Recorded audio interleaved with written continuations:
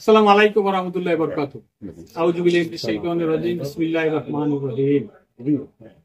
আমি মহিউদ্দিন আহমেদ লাবু মির্জা, পিতা মৃত মৌলভী ইসলাম আলী মির্জা, শানপত্তিন সিদ্দিকের মঠবাড়িয়া প্রস্তুত। আমি দীর্ঘদিন রাজনৈতিক জীবনে প্রায় ১.৫ যুগ ইসলামী আন্দোলন বাংলাদেশের সাথে সম্পৃক্ত ছিলাম।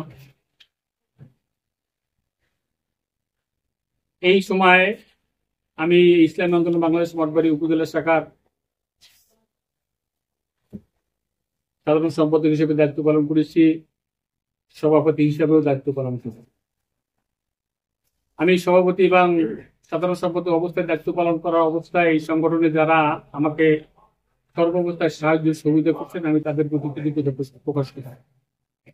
আজকে আপনাদের সামনে আমি আমার এই রাজনৈতিক বিষয়ে একটা কথা বলার জন্য আপনাদের সামনে হাজির হয়েছি। যে আমি দীর্ঘদিন ইসলামী আন্দোলনের সাথে সম্পর্কিত ছিলাম, প্রায় ১.৫ যুগ, কিন্তু আমার ব্যক্তিগত নানান অসুবিধার কারণে পদ্ম থেকে আমি এই সংগঠনের তথা ইসলামী আন্দোলন অথবা এর সকল অঙ্গসনের পথ থেকে আমি নিজেকে নিজে অব্যাহতি প্রদান নিলাম। এই অর্থ সংগঠনের সাথে আমার আর কোনো সম্পৃক্ততা রইল না। আমি সকলের কাছে দোয়া চাই এবং আমিও দোয়া করি আল্লাহ রাব্বুল আলামিন যেন সকলকে ভালো এবং সুস্থ রাখেন। আসসালামু আলাইকুম ওয়া রাহমাতুল্লাহি ওয়া বারাকাতুহু। আপনি হঠাৎ করে কি কারণে কোনো আমার একদম ব্যক্তিগত গত বছর পর আপনি তো অন্য কোন সংগঠনের সাথে যাবেন কিনা পরে? হ্যাঁ, মানুষ তো পরিবর্তনশীল, এক দল করা আর এক দলে যাওয়া, এটা তো হতেই পারে। আচ্ছা, আপনি তো একটা ইসলামিক দলের সাথে সংশ্লিষ্ট ছিলেন, যদি ভবিষ্যতে যান সেটা কি ইসলামিক হবে না অন্য?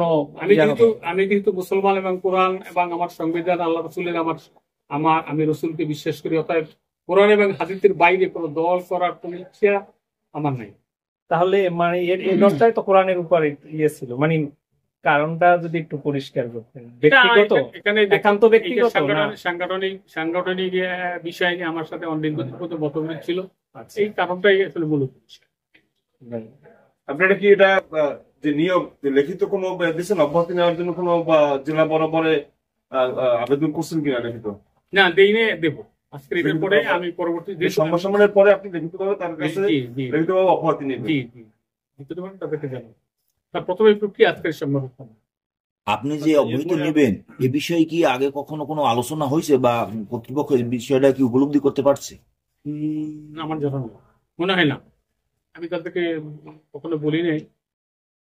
অব্যাহতির পরে আপনি কোন দলের সাথে সম্পৃক্ত বা সংশ্লিষ্ট হতে যাচ্ছেন? যে কোনো একটা ইসলামী দলের সাথে যদি রাজনীতি করি, একটা ইসলামী দলের সাথেই আমি রাজনীতি করবো। যেহেতু আমি দীর্ঘদিন পর্যন্ত ইসলামী সংগঠনের সাথে। সেই দলটি কি আমরা শুনতে পারি, জানতে পারি কি?